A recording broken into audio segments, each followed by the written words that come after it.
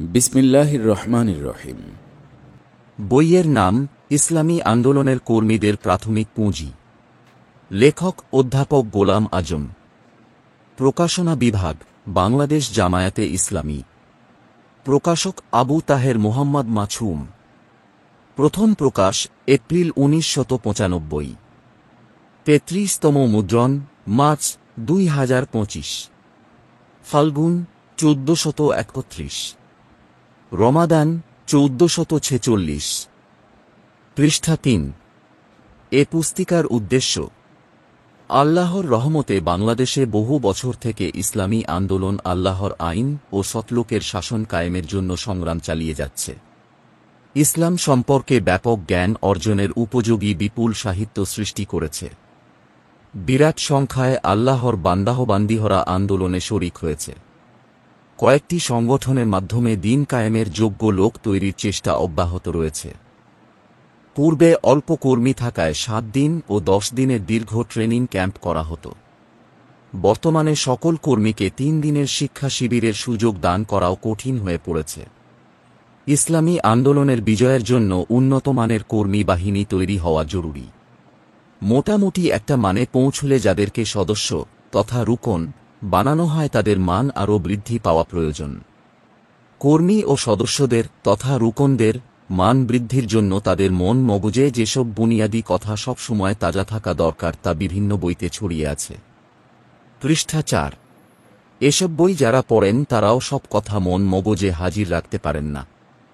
অথচ ওইসব বুনিয়াদী কথা চেতন মনে হাজির না থাকলে মান বৃদ্ধি দূরের কথা, মান রক্ষাই অসম্ভব। কর্মী ও সদস্যদের তথা রুকনদের এ প্রয়োজন পূরণের উদ্দেশ্যেই এ পুস্তিকাটি তাদের হাতে তুলে দিলাম। সংগঠনের সকল পর্যায়ের দায়িত্বশীলগণ এ পুস্তিকাটি প্রতিটি কর্মীর কাছে পৌঁছাবেন বলে আশা করি। সবাই যাতে এ পুস্তিকাটি সবসময় সাথে রাখতে পারেন সে উদ্দেশ্যেই পকেট সাইজে প্রকাশ করা হল। পুস্তিকাটির শেষাংশের কথাগুলো নতুন করে সাজিয়ে পেশ করা হয়েছে। গোলাম আজম। পৃষ্ঠা 5। বিসমিল্লাহির রহমানির রহিম। ইসলামী আন্দোলনের কর্মীদের প্রাথমিক পুঁজি। কোনো একটা ব্যবসা শুরু করতে হলে ওই ব্যবসার উপযোগী পরিমাণ প্রাথমিক পুঁজি দরকার।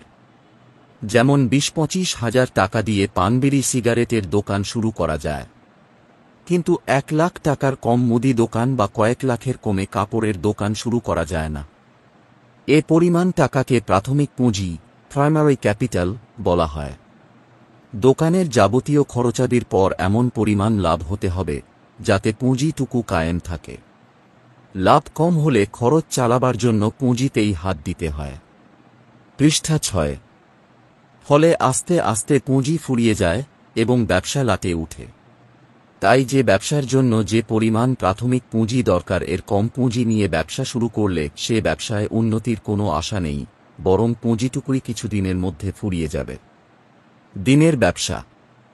আল্লাহর আইন কায়েমের আন্দোলনকে কুরআনে এমন এক ব্যবসা বলা হয়েছে যা দোজখের আযাব থেকে নাজাত দেয়। সূরা আস-সাফ 10 আয়াত। কুরআনের ভাষায় ইসলামী আন্দোলনকে জিহাদ ফি সাবিলিল্লাহ বা ইকামাতে দ্বীন বলা হয়েছে।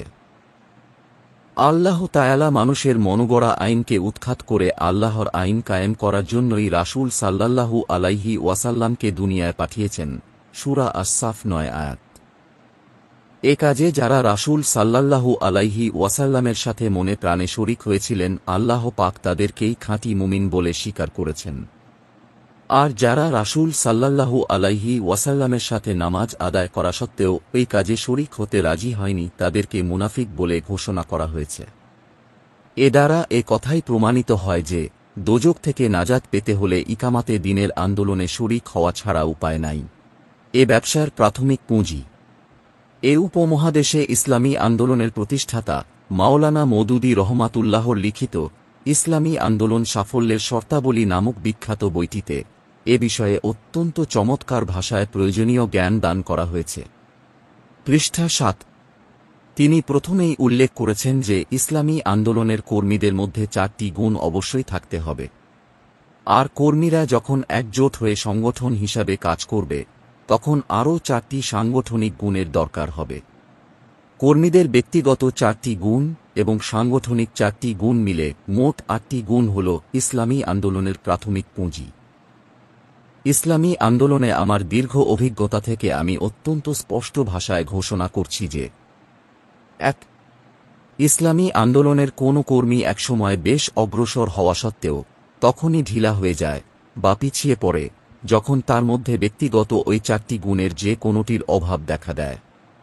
পৃষ্ঠা 9। 2. সংগঠনের যে কোনো পর্যায়ে ইউনিট, ওয়ার্ড, ইউনিয়ন, থানা বা জেলায় তখনই সমস্যা ও সংকট দেখা দেয় যখন সেখানে সাংগঠনিক ওই 4টি গুণের কোনো একটির অভাব দেখা দেয়। ইসলামী আন্দোলনের 4টি সংগঠন: জামায়াতে ইসলামী, ইসলামী ছাত্র শিবির, ইসলামী ছাত্রী সংস্থা ও শ্রমিক কল্যাণ ফেডারেশন। এ 4টি সংগঠনের মাধ্যমে ব্যক্তি গঠনের দায়িত্ব পালন করা হচ্ছে। তাই কর্মীদের ব্যক্তিগত 4টি গুণ ও সাংগঠনিক 4টি গুণের গুরুত্ব ওই সব কোটি সংগঠনের সকলের জন্য সমভাবে গুরুত্বপূর্ণ। ইসলামী আন্দোলনের সাফল্য এসব গুণ অর্জনের উপর সম্পূর্ণ নির্ভর করে। পৃষ্ঠা 10। এসব গুণের যে কোনোটির অভাব হলে আন্দোলনের মহান উদ্দেশ্য ব্যর্থ হতে বাধ্য। তাই ইসলামী আন্দোলনের প্রত্যেক কর্মীকে এ 8টি গুণের কথা সবসময় মনে রাখতে হবে। ইউনিট বৈঠকে, টিসি বা টিএস চলাকালে এবং বিভিন্ন সময় দেখা সাক্ষাৎ হলে এ 8টি গুণ নিয়ে আলোচনা করতে থাকলে সবসময় মনে রাখা সহজ হবে। কর্মীদের ব্যক্তিগত 4টি গুণ। 1. দ্বীনের ইলম। ইসলামী আন্দোলনের কর্মী সমাজে তখনই কর্মী হিসাবে পরিচিত হয় যখন সে অন্যকে দ্বীনের দাওয়াত দেয়। মানুষকে ইসলাম সম্পর্কে বুঝাবার চেষ্টা করতে হলে ইসলামের সঠিক জ্ঞান হাসিল করতেই হবে। যে নিজেই ইসলামকে ঠিকমতো বুঝে না সে অন্যকে কেমন করে বুঝাবে। পৃষ্ঠা 11। এ বিষয়ে কয়েকটি কথার দিকে খেয়াল রাখতে হবে। ক. দ্বীনের ইলম যতটুকু জানা গেল ততটুকুই অপরের নিকট পৌঁছবার জন্য রাসূল সাল্লাল্লাহু আলাইহি ওয়াসাল্লাম হুকুম করেছেন। যতটুকু অন্যের নিকট পৌঁছাবে ততটুকু ইলমই মজবুত হবে। অন্যকে বুঝাতে চেষ্টা করলেই নিজের জ্ঞান গভীর হয়। খ. দ্বীনের দাওয়াত দিতে গেলে মানুষ নানা রকম প্রশ্ন করবে। প্রশ্নের সঠিক জবাব না জানলে গোঁজামিল না দিয়ে উত্তর শিখে জবাব দেবেন। এভাবেই দাওয়াতি কাজের ফলে জ্ঞান বাড়তে থাকবে। গ. দাওয়াতি কাজ কমিয়ে দিলে নিজের হাসিল করা ইলমও কমতে থাকে। পৃষ্ঠা 12। 2. ইসলামী ইলমের প্রতি ইয়াকিন বা অবিচল বিশ্বাস। দ্বীনের দাওয়াত দিতে গেলে এমন সব লোকেরও নাগাল পাওয়া যায় যারা ইবলিসের যোগ্য খলিফা হিসাবে ইসলাম সম্পর্কে এমন সব কথা বলে যা কর্মীর মনেও সন্দেহ সৃষ্টি করতে পারে। ইবলিসের নিকটকু যুক্তির অভাব নেই। মহাজ্ঞানী লোককেও ধোঁকা দেয়ার যোগ্যতা তার আছে। ইবলিসের সাগরীদেরা নানা অজুহাতে ঝগড়া বাঁধিয়ে দেয়। তাছাড়া ইসলাম বিরোধীদের দাপটে এবং বাতিল শক্তি প্রভাব প্রতিপত্তি দেখে ইসলামের সত্যতা সম্বন্ধে সন্দেহ বা ইসলামের বিজয় সম্পর্কে নিরাশা সৃষ্টি হতে পারে। একমাত্র মজবুত ঈমানী তথা ইয়াকিনী এসব রকম অবস্থায় কর্মীকে সবল রাখতে পারে। পৃষ্ঠা 13। কর্মীকে দৃঢ়ভাবে বিশ্বাস করতে হবে যে আল্লাহ তাআলার দেওয়া জ্ঞানে সামান্য ভুলও নেই। কর্মী যদি কোনো প্রশ্নের জবাব দিতে না পারে তখন এ কথা খেয়াল করবে যে আমার জ্ঞানের অভাব থাকতে পারে, আল্লাহর জ্ঞান অসীম। কোনো প্রশ্নের জবাব আমার জানা না থাকলে এর জন্য ইসলাম দায়ী নয়। ইসলামের জ্ঞান অবশ্যই নির্ভুল ও যুক্তিপূর্ণ। ইসলামী ইলমের প্রতি এ অবিচল বিশ্বাসী কর্মীর প্রধান ঢাল যা ইবলিস এবং তার খলিফা ও সাগরেদের খপ্পর থেকে তাকে রক্ষা করবে। 3. আমল বা চরিত্র। ইসলামী আন্দোলনের কর্মীকে সিদ্ধান্ত নিতে হবে যে আমি কোনো অবস্থায় বিবেকের বিরুদ্ধে চলব না। পৃষ্ঠা 14। ইসলামের যেটুকু ইলম আল্লাহ পাক দিয়েছেন কোনো আমল যেন এর বিপরীত না হয় সে বিষয়ে সবসময় সাবধান থাকতে হবে। যে নিজের ব্যক্তিগত জীবনে ইসলামের বিধি বিধান মেনে চলে না এবং যার চরিত্রে মানুষ সাচ্চা মুমিনের গুণাবলী দেখতে পায় না, সে যখন অন্যকে দ্বীনের পথে ডাকে তখন সে হাসির পাত্র হয়ে পড়ে। নিজের জীবনেই যে দ্বীন কায়েম করে না সে গোটা দেশে আল্লাহর আইন কায়েমের কথা বললে তার কথাকে কান দেবে। কর্মীর মধ্যে এটুকু যোগ্যতা সৃষ্টি হতে হবে যে আল্লাহ পাক যে কাজে খুশি শুধু তাই করবে এবং যে কাজে তিনি অসন্তুষ্ট সে কাজ কোন অবস্থায় করবে না। এর ফলেই ওই মানের চরিত্র গড়ে উঠবে যা কর্মীকে দুনিয়া ও আখিরাতে সত্যিকার সাফল্য দান করবে। পৃষ্ঠা 15। 4। ইকামাতে দিনকে জীবনের উদ্দেশ্য মনে করা। দুনিয়ায় বেঁচে থাকার জন্য অনেক কিছুই করতে হয়। রুজি রোজগার করা, বিয়েশাদী করা, সন্তান সন্ততি লালন পালন করা, ডিগ্রি হাসিলের জন্য লেখাপড়া করা, চাকরি বা ব্যবসা করা ইত্যাদি সবাইকেই করতে হয়। বেঁচে থাকতে হলে এসব করা ছাড়া উপায় নেই। ইসলামী আন্দোলনের কর্মীকেও এসব করতে হয়। কিন্তু সত্যিকার কর্মী এসব কাজকে জীবনের আসল উদ্দেশ্য মনে করে না। তার ভাবধারা ভিন্ন। সে বিশ্বাস করে যে দুনিয়ার জীবন ক্ষণস্থায়ী, আখিরাতের অনন্ত অসীম জীবনে সুখশান্তি পেতে হলে শুধু বেঁচে থাকার জন্য যা করতে হয় ততটুকু করলেই চলবে না। তার ভাবনা নিম্নরূপ: দুনিয়ায় বেঁচে থাকবার জন্য যা কিছু করতে হয় তা করব বেঁচে থাকার প্রয়োজনেই। পৃষ্ঠা 16। কিন্তু বেঁচে থাকার উদ্দেশ্য কি? কি জন্য বেঁচে থাকব? আমার জীবনের উদ্দেশ্য কি শুধু পশুর মতো খেয়ে দেয়ে বেঁচে থাকা? নিশ্চয়ই নয়। আল্লাহর দিনকে কায়েম করার জন্যই আমার জীবনকে বিলিয়ে দেব। দিনের দাবি আমার নিকট অগ্রগণ্য। যে কর্মী এভাবে জীবনে চলার সিদ্ধান্ত নেয় সেই তার 24 ঘন্টার কাজ হিসাব করে চলে। সে ইসলামী আন্দোলনের দাবি পূরণ করাকেই প্রধান কর্তব্য মনে করে এবং এ কর্তব্য পালনের জন্য বেঁচে থাকার প্রয়োজনে যা করা দরকার ততটুকুই করে। দুনিয়ার উন্নতি, ধনদৌলত, মানসম্মান, সুখ সুবিধা তার জীবনের উদ্দেশ্য হিসেবে গণ্য নয়।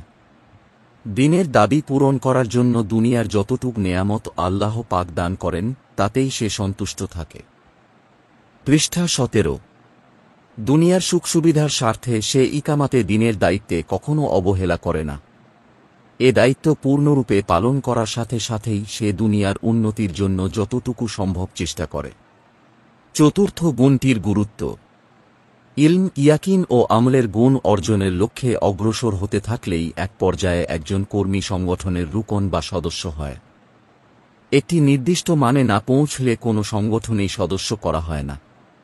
কিন্তু দুঃখের সাথে লক্ষ্য করা যাচ্ছে যে কোনো রুকন বা সদস্যের মান কমে যায় এবং শেষ পর্যন্ত রুকনিয়াত বা সদস্যপদ হারাতে বাধ্য হয়। চতুর্থ গুণটির অভাবেই এ দুর্দশা ঘটে থাকে। পৃষ্ঠা 18।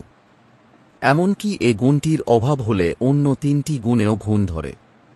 তখন ইলম কমতে থাকে, ইমানে দুর্বলতা দেখা দেয় ও চরিত্রে অবনতি ঘটতে থাকে। চতুর্থ গুণটি যদি বহাল থাকে তাহলে ওই 3টি গুণ ক্রমাগত বাড়তেই থাকে। সাংগঠনিক 4টি গুণ: দিনের সঠিক ও নির্ভুল জ্ঞান, দিনের প্রতি অবিচল বিশ্বাস, সে অনুযায়ী চরিত্র গঠন এবং দিন কায়েমকে জীবনের উদ্দেশ্য মনে করা। এ 4টি এমন মৌলিক গুণ যা প্রতি কর্মীকে ব্যক্তিগতভাবে হাসিল করতে হবে। কিন্তু লক্ষ লক্ষ লোকও যদি আলাদা আলাদাভাবে একা একা তাদের মধ্যে এসব গুণ পয়দা করার চেষ্টা করে তবুও দিনকে বিজয়ী করা কিছুতেই সম্ভব হবে না। পৃষ্ঠা 19। দিনকে বিজয়ী করতে হলে ওই কর্মীদেরকে জামায়াতবদ্ধ হয়ে কাজ করতে হবে। কারণ নিছক ব্যক্তিগত চেষ্টায় সমাজ ব্যবস্থায় পরিবর্তন আনা যায় না। তাই নবী ও রাসূল গণ জামায়াত কায়েম করে দলবদ্ধভাবে আন্দোলন করেছেন। তাই ইসলামী সংগঠনের সকল স্তরে 4টি গুণ থাকা অত্যন্ত জরুরি। এর কোনো একটি গুণের অভাব থাকলে সংগঠন অচল হতে বাধ্য। 1. ভ্রাতৃত্ব ও ভালোবাসা। সংগঠনের সকল কর্মী দ্বীনী ভাই ও বোন হিসাবে একে অপরকে মহব্বত করবে। কারণ তারা দুনিয়ার কোনো স্বার্থ পাওয়ার জন্য সংগঠনে যোগদান করেনি। তাদের সম্পর্কের ভিত্তি হল দিন ও ঈমান। রক্ত সম্পর্কের আত্মীয়তা থেকে দিনের ভিত্তিতে আত্মীয়তা আরও গভীর ও পবিত্র বলে অনেক ক্ষেত্রেই প্রমাণিত। পৃষ্ঠা 20। আল্লাহ পাক ঘোষণা করেছেন যে তাঁর দিলে যে রহম বা দয়া রয়েছে এর মাত্র 100 গোটা সৃষ্টির মধ্যে বিতরণ করা হয়েছে। পশু যে তার সন্তানকে স্নেহ করে তাও ওই 1 অংশ। আল্লাহর রহমের 99 তিনি নিজের কাছে রেখে দিয়েছেন। এক মুমিনের সাথে আর এক মুমিনের যে সম্পর্ক তার মাধ্যম স্বয়ং আল্লাহ। তাই মুসলিমদের মধ্যে ভাই ভাই সম্পর্ক যদি গভীর হয় তাহলে তা ওই 99 অংশ হতে পারে। দালানের ইটগুলোকে সিমেন্ট দিয়ে একত্র করে মজবুত করতে হয়। দিনী মহব্বত, একে অপরের মঙ্গল কামনা, একে অপরের জন্য সহানুভূতি ও ত্যাগ স্বীকার ইত্যাদি ইসলামী সংগঠনের সিমেন্ট। সাহাবায়ে কেরামের মধ্যে ওই গুণটি ছিল বলেই কুরআনে রুহামা উ বাইনাহুম তথা একে অপরের প্রতি রহমদিল বলে তাদের প্রশংসা করা হয়েছে। পৃষ্ঠা ২১। কর্মীদের মধ্যে এ গুণটি যত বেশি গভীর হবে সংগঠন ততই বেশি মজবুত হবে। এ গুণটি দুর্বল হলে শয়তান সহজেই ফাটল ধরাতে সক্ষম হয়। ২. পরামর্শ করে সিদ্ধান্ত গ্রহণ। সংগঠনের যাবতীয় কাজ সমাধা করার জন্য যত সিদ্ধান্ত দরকার তা পরামর্শের ভিত্তিতে নিতে হবে। সংগঠনের দায়িত্বশীল নিজের মর্জি মতো বা নির্দিষ্ট বডি বা ফোরামে পরামর্শ না করে সিদ্ধান্ত নিলে সে সিদ্ধান্ত সবাই খুশি হয়ে মেনে নেয় না। সংগঠনের পক্ষ থেকে সিদ্ধান্ত নেয়ার জন্য নির্দিষ্ট ফোরাম থাকতে হবে যা মজলিসে শুরার মতো দায়িত্ব পালন করবে। পরামর্শের ভিত্তিতে সিদ্ধান্ত নিতে হলে কয়েকটি নিয়ম সবাইকে মেনে চলতে হবে। পৃষ্ঠা ২২। ক. প্রত্যেকে ঈমানদারির সাথে দিনের স্বার্থে নিজের মত প্রকাশ করবে।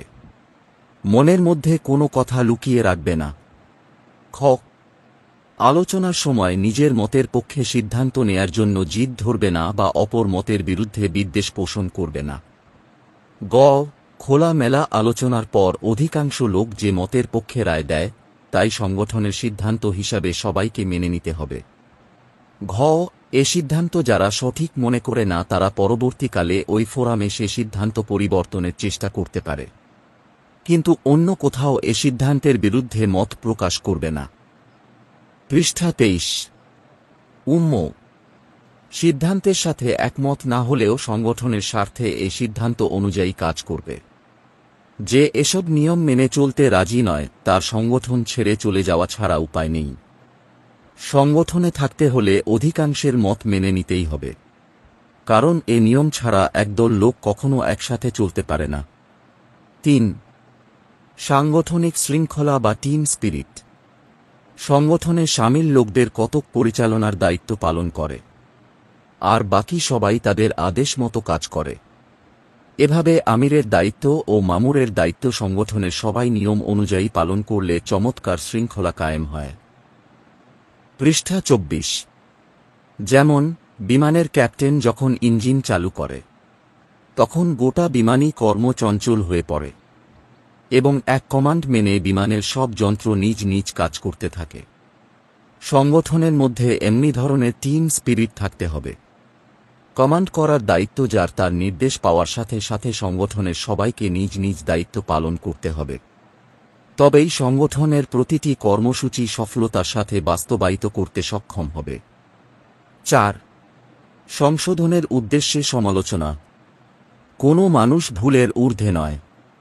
সংগঠনের দায়িত্বশীল ও কর্মীদের সবারই ভুল ত্রুটি হতে পারে, তাই সংগঠনকে ত্রুটিমুক্ত ও সুস্থ রাখার জন্য ভুল সংশোধনের ব্যবস্থা থাকতে হবে।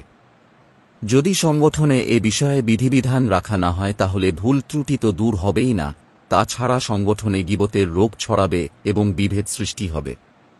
পৃষ্ঠা ২৫। এর জন্য নিম্নরূপ নিয়ম পালন করতে হবে। ক. কারো চোখে কোনো ভুল বা দোষ ধরা পড়লে প্রথমে যার মধ্যে দোষ দেখা গেল তাকে দরদের সাথে এবং সংশোধনের নিয়তে ত্রুটিটুকু ধরিয়ে দিতে হবে। খ. যার ভুল বা দোষ ধরা হলো তার বিবেক যদি ভুল স্বীকার করে তাহলে মুখেও তা স্বীকার করতে হবে এবং ভুল ধরিয়ে দেওয়ার জন্য খুশি হয়ে তা সংশোধন করে নেবে। ভুল বুঝা সত্ত্বেও তা স্বীকার না করা মারাত্মক দোষ। এ দোষ থেকে বেঁচে থাকতে হবে। পৃষ্ঠা ২৬। গ. সমালোচনা ও ভুল ধরার উদ্দেশ্য কাউকে হেয় বা অপমান করা নয়, সংশোধন করাই আসল উদ্দেশ্য। তাই ভদ্র ভাষায়, দরদের সুরে এবং মহব্বতের পরিবেশে কথা বলতে হবে। নামাজে ইমাম সাহেবের ভুল ধরিয়ে দেওয়ার জন্য অত্যন্ত শালীন ভাষায় লুকমা দিতে হয়। সংশোধনের উদ্দেশ্যে সমালোচনা করতে এ নীতি পালন করতে হবে। ঘ. যার ভুল ধরা হলো তিনি যদি তা স্বীকার না করেন অথবা তার কথায় যদি সমালোচক সন্তুষ্ট হতে না পারেন তাহলে সংগঠনের ঊর্ধ্বতন দায়িত্বশীলের নিকট অভিযোগ করবেন, কিন্তু অন্য কোথাও গীবত করে বেড়াবেন না। পৃষ্ঠা ২৭। সাংগঠনিক সমস্যার কারণ। এই চারটি গুণের যে কোনটির অভাব হলেই সাংগঠনিক সমস্যা সৃষ্টি হয়। বিশেষ করে চতুর্থ গুণটির অভাবেই মারাত্মক সংকট সৃষ্টি হয়। দায়িত্বশীল যদি সমালোচনার সুযোগ না দেন বা সমালোচনা সহ্য না করেন, অথবা সমালোচনাকারী যদি অভদ্র ভাষায় বা মেজাজ দেখিয়ে কথা বলেন, তাহলে গোটা পরিবেশই অসুস্থ হয়ে পড়ে। মাঝে মাঝে দায়িত্বশীল ব্যক্তি সহকর্মীদেরকে তার ভুল ধরিয়ে দেওয়ার জন্য আহ্বান জানাবেন। এটাই ইসলামী আন্দোলনের ঐতিহ্য। ভুল ত্রুটি থেকে বেঁচে থাকার এটাই সঠিক উপায়। এ রীতি চালু করা হলে অভদ্র সমালোচনা ও গীবতের পথ বন্ধ হয়ে যাবে এবং সংগঠন সবসময় সুস্থ থাকবে। পৃষ্ঠা ২৮। ব্যবসায় লাভ করতে হলে। ব্যবসার পুঁজি জোগাড় হলেও সে পুঁজিকে কৌশল ও যোগ্যতার সাথে কাজে না লাগাতে পারলে ব্যবসায় উন্নতি হয় না। কোনো রকমে পুঁজিটুকু বাঁচিয়ে রাখাই যথেষ্ট নয়। বুদ্ধি বিবেচনা খাটিয়ে পুঁজিকে ব্যবহার করতে পারলে পুঁজির পরিমাণ বাড়তে থাকে এবং ব্যবসায় অগ্রগতি হতে থাকে।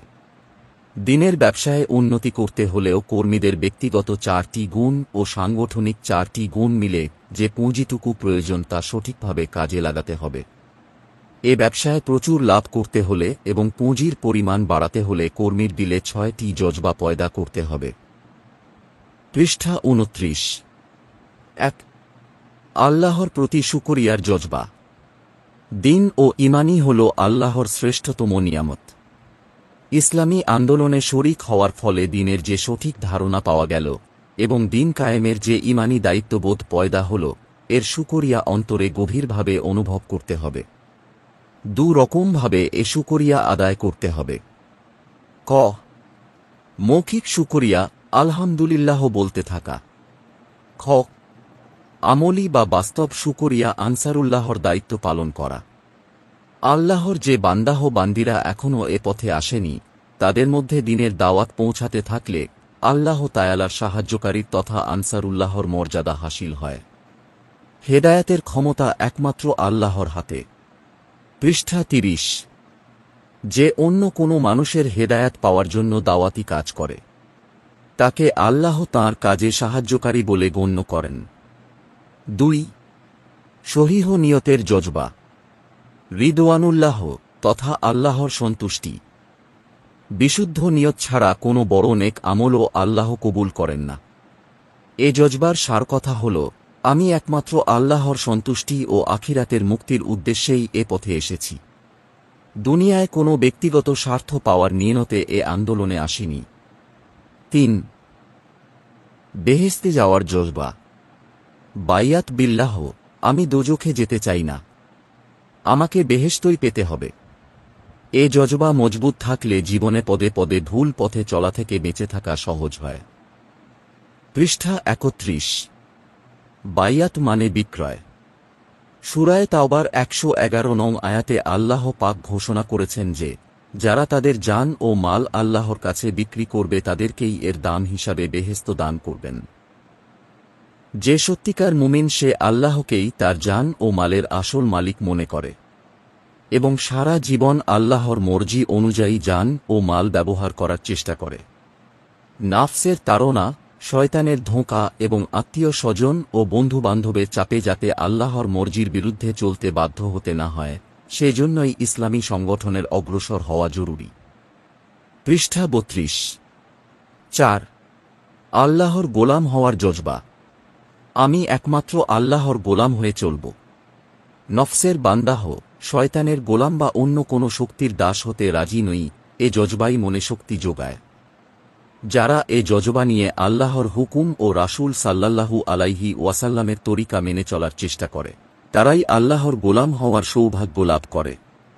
আল্লাহর গোলাম সবাই এক মানের নয়। কুরআনে দুমানের গোলামের বিবরণ পাওয়া যায়। ক. আল্লাহর দাস তথা ইবাদুল্লাহ, এটা সাধারণ মান। আব্দ মানে দাস, এর বহু বচন ইবাদ। যারা আল্লাহর হুকুম পালন করা ও আল্লাহর নিষেধ থেকে বেঁচে থাকার চেষ্টা করে এবং যখনই ত্রুটি হয়ে যায় তখনই তওবা করে ও সংশোধন হতে চেষ্টা করে, তারাই ইবাদুল্লাহ। পৃষ্ঠা ৩৩। খ. আল্লাহর ওয়ালি, আউলিয়াউল্লাহ, এটা আল্লাহর গোলামদের উন্নত মান। ওয়ালি তথা অলি মানে বন্ধু, সাহায্যকারী, যারা সাধ্য অনুযায়ী আল্লাহর সকল হুকুম পালন করে এবং সব সময় সকল নিষিদ্ধ কাজ থেকে বিরত থাকে, তারাই আল্লাহর ওয়ালি বা আদরের দাস। 5 আল্লাহর খলিফা হওয়ার জজবা তথা খুলাফা উল্লাহ। আল্লাহ পাক কুরআন ও সুন্নাহকে মানব জাতির জীবন বিধান হিসাবে রাসূল সাল্লাল্লাহু আলাইহি ওয়াসাল্লামের কাছে পাঠিয়েছেন। সকল সৃষ্টির জন্যই আল্লাহ বিধান রচনা করেছেন। সেসব বিধান রাসূল সাল্লাল্লাহু আলাইহি ওয়াসাল্লামের মাধ্যমে পাঠাননি। আল্লাহ নিজেই সব সৃষ্টির উপর তাঁর রচিত বিধান কায়েম করেন।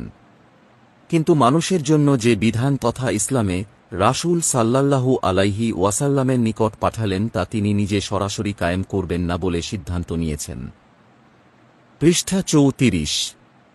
আল্লাহর পক্ষ থেকে তাঁর প্রতিনিধি হিসাবে সে বিধান কায়েমের দায়িত্ব রাসূল সাল্লাল্লাহু আলাইহি ওয়াসাল্লাম ও রাসূলের প্রতি যারা ঈমান আনে তাদের উপর দেয়া হয়েছে। খলিফা শব্দের অর্থ প্রতিনিধি। এরই বহু বচন খুলাফা। খুলাফা উল্লাহর দায়িত্ব হল আল্লাহর পক্ষ থেকে ইসলামকে কায়েম করার চেষ্টা করা। 6 শহীদ হওয়ার জজবা তথা শুহাদাউ লিল্লাহ। হাসরের ময়দানে নবীর পরই শ্রেষ্ঠ মর্যাদা হল শহীদদের। শহীদগণ বিনা হিসাবে বেহেশতে যাবেন। শহীদ হওয়ার সুযোগ পাওয়া বিরাট সৌভাগ্যর বিষয়। কেউ ইচ্ছা করলেই শহীদ হতে পারে না। আল্লাহ পাক যাকে শহীদ হওয়ার গৌরব দিতে চান সেই কেবল এ বিরল মর্যাদার অধিকারী হয়। পৃষ্ঠা 35। এ বিষয়ে রাসূল সাল্লাল্লাহু আলাইহি ওয়াসাল্লাম আমাদের জন্য এক বিরাট সুসংবাদ রেখে গেছেন। তিনি বলেন, যে আন্তরিকতার সাথে আল্লাহর নিকট শাহাদাতের আবেদন করবে সে বিছানায় মারা গেলেও আল্লাহ তাআলা তাকে শহীদের মর্যাদা দেবেন। মৃত্যু একদিন অবশ্যই আসবে। মরতেই যখন হবে তখন শহীদের মৃত্যু কামনা করাই বুদ্ধিমান মুমিনের লক্ষণ। শেষ কথা। কর্মীদের ব্যক্তিগত 4টি গুণ, সাংগঠনিক 4টি গুণ, কর্মীদের 6টি সহিহ জজবা মিলে 4+4+6 মোট 14টি পয়েন্ট হয়েছে। এ 14টি কথা কর্মীদের মন মগজে হামেশা তাজা না থাকলে শয়তান ধোঁকা দিয়ে তাদেরকে গাফেল করে ফেলার সুযোগ পাবে। পৃষ্ঠা 36। তাই সংক্ষেপে এ পয়েন্টগুলো একসাথে কর্মীদের হাতে তুলে দেয়া কর্তব্য মনে করলাম। এ সংক্ষেপ কথাগুলো বিস্তারিত ব্যাখ্যাসহ বুঝবার জন্য নিম্নের বইগুলো ভালো করে পড়তে হবে। 1 ইসলামী আন্দোলন সাফল্যের শর্তাবলী। এই বইটিতে কর্মীদের 4টি গুণ ও সাংগঠনিক 4টি গুণ আলোচনার পর থেকে বেঁচে থাকার প্রয়োজনীয়তা ব্যাখ্যা করা হয়েছে। 2 হেদায়াত। এ বইটিতে আল্লাহর সাথে সম্পর্ক ঘনিষ্ঠ করার উপায় অতি চমৎকারভাবে তুলে ধরা হয়েছে। এ সম্পর্ক গড়ে তোলা সবচেয়ে গুরুত্বপূর্ণ। 3 ইসলামী আন্দোলন, কর্মীদের সহিহ জজবা। এতে 6টি জজবার ব্যাখ্যা রয়েছে। পৃষ্ঠা 37। 4 বাইয়াতের হাকিকত। কর্মীদের 6টি জজবার তৃতীয় জজবাটি সঠিকভাবে বুঝতে হলে এ ছোট্ট বইটি পড়া দরকার। 5 ইসলামী আন্দোলন সাফল্য ও বিভ্রান্তি। ইসলামী আন্দোলনের মাধ্যমে ব্যক্তিগত কি সাফল্য কামনা করা উচিত ও সাংগঠনিক সাফল্যের রূপ কি এবং কিভাবে বিভ্রান্তি সৃষ্টি হতে পারে সেসব বিষয়ে এতে আলোচনা করা হয়েছে। 6 মনটাকে কাজ দিন। ইবলিসের ষড়যন্ত্র হতে বাঁচতে হলে মনটাকে কোনো সময় বেকার রাখা উচিত নয়। মনটাকে কিভাবে কাজ দিলে শয়তান সেখানে তার কারখানা কায়েম করতে ব্যর্থ হয় সে কৌশল এ বইটি থেকে সংগ্রহ করতে হবে। পৃষ্ঠা 38। 7 আল্লাহর আইন ও সৎ লোকের শাসন। এটা কর্মীদের মুখে স্লোগান রূপে উচ্চারিত হয়। এই বইটি ভালো করে না পড়লে আল্লাহর আইনের দিকে দাওয়াত দেয়া কি করে সম্ভব হবে? দেশের সব শিক্ষিত লোকদের কাছে এই বইটি পৌঁছানো কর্মীদের কর্তব্য। মাত্র একটি বই থেকে পাঠক ইসলামী আন্দোলন কি চায় তা সহজে বুঝতে পারবে। দাওয়াতি উদ্দেশ্যে এই বইটি ব্যাপকভাবে পৌঁছালে বিরাট কাজ হবে, তবে কর্মীকে পয়লা নিজে পড়তে হবে। পৃষ্ঠা 39। এক নজরে 14টি পয়েন্ট। 1 ইলম ইসলাম সম্পর্কে প্রয়োজনীয় জ্ঞান। 2. ইয়াকিন ইসলামের সত্যতার প্রতি মজবুত ঈমান। 3. আমল ইসলামের বিধান অনুযায়ী চরিত্র গঠন। 4. দ্বীনি জীবনের উদ্দেশ্য ইসলামী আন্দোলনের কাজকে সবচেয়ে বেশি গুরুত্ব দেয়া। 5. ভ্রাতৃত্ব ও ভালোবাসা, একে অপরকে দ্বীনি ভাই ও বোন হিসেবে আন্তরিকভাবে মহব্বত করা। 6. পরামর্শ করে সিদ্ধান্ত গ্রহণ, সংগঠনের নির্দিষ্ট ফোরামে পরামর্শ করে সিদ্ধান্ত গ্রহণ করা। 7. সাংগঠনিক শৃঙ্খলা, সুসংগঠিত টিম হিসাবে কাজ করা। 8. সংশোধনের উদ্দেশ্যে সমালোচনা, দরদের সাথে ভদ্র ভাষায় ও সংশোধনের নিয়তে ভুল ধরিয়ে দেয়া। 9. আল্লাহর প্রতি শুকরিয়ার জজবা। ক. মৌখিক শুকরিয়া, আলহামদুলিল্লাহ। খ. আমলি বা বাস্তব শুকরিয়া, আনসারুল্লাহ। 10. সহিহ নিয়তের জজবা, রিদওয়ানুল্লাহ। 11. বেহেশতে যাওয়ার জজবা, বাইয়াত বিল্লাহ। 12. আল্লাহর গোলাম হওয়ার জজবা। ক. ইবাদুল্লাহ। খ. আউলিয়া উল্লাহ। 13. আল্লাহর খলিফা হওয়ার জজবা, খুলাফাউল্লাহ। 14. আল্লাহর পথে শহীদ হওয়ার জজবা, শুহাদাউলিল্লাহ। এ 6টি জজবাকে কুরআনের পরিভাষায় পেশ করা হয়েছে। পৃষ্ঠা 40। জামায়াতের বুনিয়াদী আকিদা বিশ্বাস। আল্লাহ পাকই মানব জাতির একমাত্র রব, বিধানদাতা ও হুকুমকর্তা। কুরআন ও সুন্নাহই মানুষের জন্য একমাত্র পূর্ণাঙ্গ জীবন বিধান। মহানবী সাল্লাল্লাহু আলাইহি ওয়াসাল্লাম মানব জীবনের সর্বক্ষেত্রে একমাত্র অনুসরণযোগ্য আদর্শ নেতা। সাহাবায়ে কেরামি রাদিয়াল্লাহু তাআলা আনহু নবীর আনুগত্যের একমাত্র আদর্শ নমুনা। ইসলাম প্রতিষ্ঠার আন্দোলন মুমিন জীবনের একমাত্র লক্ষ্য। আল্লাহর সন্তুষ্টি ও আখেরাতের মুক্তি মুমিন জীবনের একমাত্র কাম্য। পৃষ্ঠা 41। জামায়াতে ইসলামীর অবদান। জামায়াত কুরআন ও সুন্নাহ ভিত্তিতে বলিষ্ঠ ইসলামী সাহিত্য রচনা করেছে। মাদ্রাসা শিক্ষিতদেরকে আধুনিক শিক্ষিতদের নিকট ইসলামী শিক্ষা তুলে ধরার যোগ্য বানিয়েছে। আধুনিক শিক্ষিতদের মধ্যেও ইসলামী যোগ্যতা সৃষ্টি করতে সক্ষম হয়েছে। একদল ইসলামী চিন্তাবিদ, নিঃস্বার্থ কর্মী বাহিনী ও যোগ্য নেতৃত্ব তৈরি করেছে। রাজনৈতিক ময়দানেও সততা, নৈতিকতা ও আন্তরিকতা চালু করেছে। পৃষ্ঠা 42। আমার কাজ। আমি 1. সবসময় চেষ্টা করব যেন প্রতিটি সাংগঠনিক বৈঠকে ঠিক সময়ে যোগদান করতে পারি এবং অসুখ বিসুখ বা সরই ওজোর ব্যতীত কোনো বৈঠকে অনুপস্থিত না থাকি। 2. বিশেষ কারণে বৈঠকে উপস্থিত থাকতে না পারলে পূর্বেই অনুমতি নেব বা আমার অবস্থা দায়িত্বশীলকে জানাব। 3. সব সময় দাওয়াতি বই সঙ্গে রাখব এবং প্রতি সপ্তাহে কমপক্ষে 2খানা বই বিতরণ করব। 4. কমপক্ষে 2 জন লোককে কর্মী তৈরি করার চেষ্টা করব, তাদের সাথে রীতিমতো যোগাযোগ করব এবং সপ্তাহে একবার অবশ্যই সাক্ষাৎ করব। 5. সব সময় সহযোগী সদস্য ফরম সঙ্গে রাখব এবং প্রতি মাসে কমপক্ষে 2 জন সহযোগী সদস্য সংগ্রহ করব। 6. প্রতিদিন দাওয়াতি কাজ ও সাংগঠনিক কাজের জন্য সুনির্দিষ্ট কিছু সময় দেব এবং সপ্তাহে কমপক্ষে 1 দিন দাওয়াত সম্প্রসারণ ও কর্মী গঠনের কাজে বের হব। 7. আমার পরিচিত মহল থেকে জামায়াতের জন্য মাসিক বা এককালীন সাহায্য আদায় করার চেষ্টা করব এবং নিজের আয়ের একটা উল্লেখযোগ্য অংশ, যথা শতকরা 5 বা 10 ভাগ, আল্লাহর রাস্তায় ব্যয় করব। সমাপ্ত।